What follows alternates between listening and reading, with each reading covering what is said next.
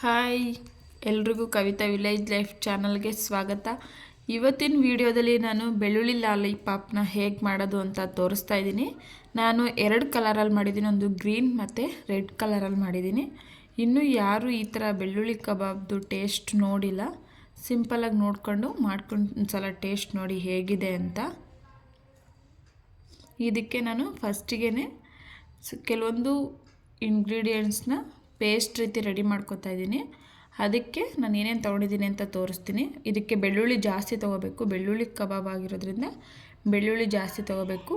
ಶುಂಠಿ, ಮೆಣಸಿನ್ಕಾಯಿ, ಕೊತ್ತಂಬರಿ ಸೊಪ್ಪು ಮತ್ತು ಪುದೀನ, ಸ್ವಲ್ಪ ನಿಂಬೆಹಣ್ಣು ಇಷ್ಟನ್ನು ಒಂದು ಜಾರ್ಗೆ ಹಾಕ್ಕೊಂಡು ನಾನು ಅದನ್ನು ಪೇಸ್ಟ್ ರೀತಿ ರೆಡಿ ಮಾಡ್ಕೊತಾ ಇದ್ದೀನಿ.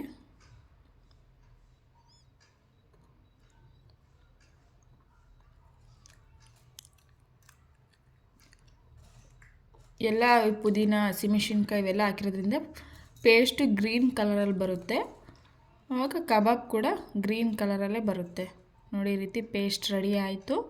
ಇವಾಗ 1 kg ಆಗೋಷ್ಟು ಲಾಲಿಪಾಪ್ನ ತಂದಿದ್ದೀನಿ. ಇದಕ್ಕೆ ಸ್ವಲ್ಪ ಅರಿಶಿನ ಪುಡಿ, ಸ್ವಲ್ಪ ಉಪ್ಪು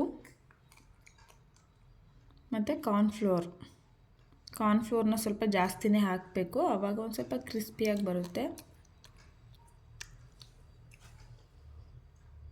ಮತ್ತು ಕಸ್ತೂರಿ ಮೇಥಿ ಹಾಕ್ತಾಯಿದ್ದೀನಿ.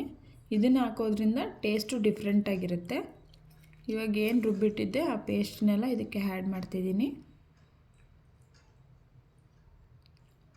ಮೊಟ್ಟೆ ಇಲ್ಲದೆ ಕಬಾಬ್ ಆಗಲ್ಲ ಅಲ್ವಾ, ಅದಕ್ಕೆ ಒಂದು ಮೊಟ್ಟೆ ಹಾಕ್ತಾಯಿದ್ದೀನಿ. ಈಗ ಲಾಸ್ಟಿಗೆ ಒಂದು ಅರ್ಧ ನಿಂಬೆಹಣ್ಣನ್ನು ಹಿಂಡ್ಕೊತಾಯಿದ್ದೀನಿ. ಬೇಕು ಅಂದರೆ ಮೊಸರು ಹಾಕ್ಕೋಬೋದು. ಮೊಸರು ಹಾಕಿದ್ರೆ ಸ್ವಲ್ಪ ನೀರು ಥರ ಆಗಿಬಿಡುತ್ತೆ ಅಂತ ನಾನು ನಿಂಬೆಹಣ್ಣು ಹಾಕ್ಕೋತಾ ಇದ್ದೀನಿ. ಇವಾಗ ಏನು ಲಾಲಿಪಾಪ್ ಎಲ್ಲ ಇದೆ ಎಲ್ಲ ಮಿಕ್ಸ್ ಮಾಡಿ ಸ್ವಲ್ಪ ಅರ್ಧ ಅಷ್ಟು ಇದಕ್ಕೆ ಹಾಕಿದ್ದೀನಿ, ಇನ್ನು ಅರ್ಧ ರೆಡ್ದು ಮಾಡೋಣ ಅಂತ. ಅದನ್ನೆಲ್ಲ ಮಿಕ್ಸ್ ಮಾಡಿ ಲಾಸ್ಟ್ಗೆ ಕಾರ್ನ್ಫ್ಲೋರ್ ಉದುರಿಸಿ ಅರ್ಧ ಗಂಟೆ ಫ್ರಿಡ್ಜಲ್ಲಿ ಇಟ್ಟಿದ್ದೀನಿ. ಇವಾಗ ತೆಗೆದೆ ನೋಡಿ ಫ್ರಿಡ್ಜಿಂದ. ಮತ್ತು ಯಾರೆಲ್ಲ ಇನ್ನೂ ನನ್ನ ಚಾನಲ್ಗೆ ಸಬ್ಸ್ಕ್ರೈಬ್ ಮಾಡ್ಕೊಂಡಿಲ್ಲ ದಯವಿಟ್ಟು ಸಬ್ಸ್ಕ್ರೈಬ್ ಮಾಡ್ಕೊಳ್ಳಿ ಬೇಗ. ಇವಾಗ ಎಣ್ಣೆ ಕಾದಿದೆ, ಇವಾಗ ಹಾಕ್ತಾಯಿದ್ದೀನಿ ಕಬಾಬ್ನ. ನಾನು ಲಾಲಿಪಾಪ್ ತೊಗೊಂಡಿದ್ದೀನಿ, ನೀವು ಬೇಕು ಅಂದರೆ ಕಬಾಬ್ನು ಮಾಡ್ಕೋಬೋದು. ಮಾಮೂಲಿ ಕಬಾಬ್ಗಿಂತ ಇದು ಟೇಸ್ಟು ಡಿಫ್ರೆಂಟಾಗಿರುತ್ತೆ. ನೋಡಿ, ಲಾಸ್ಟಿಗೆ ಬೆಂದಿದೆ.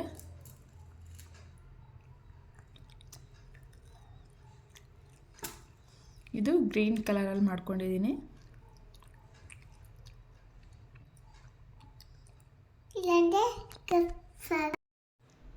ನೋಡಿ, ಈ ಥರ ಗ್ರೀನ್ ಕಲರಲ್ಲಿ ಬಂದಿದೆ. ನಿಮಗೆಲ್ಲ ಇಷ್ಟ ಆಗಿದೆ ಅಂತ ಅಂದ್ಕೊತೀನಿ. ಟೇಸ್ಟು ಅಷ್ಟೇ ತುಂಬಾ ಚೆನ್ನಾಗಿರುತ್ತೆ. ಇನ್ನೊಂದು ರೆಡ್ ಕಲರಲ್ಲಿ ಮಾಡಿದ್ದೀನಿ. ಇದನ್ನು ಏನಿಲ್ಲ, ಅದೇ ಪೇಸ್ಟ್ಗೆ ಒಂದು ಸ್ವಲ್ಪ ಅಚ್ಕಾರದ ಪುಡಿ ಹಾಕಿದ್ದೀನಿ, ಅದಕ್ಕೆ ರೆಡ್ ಕಲರ್ ಬಂದಿದೆ.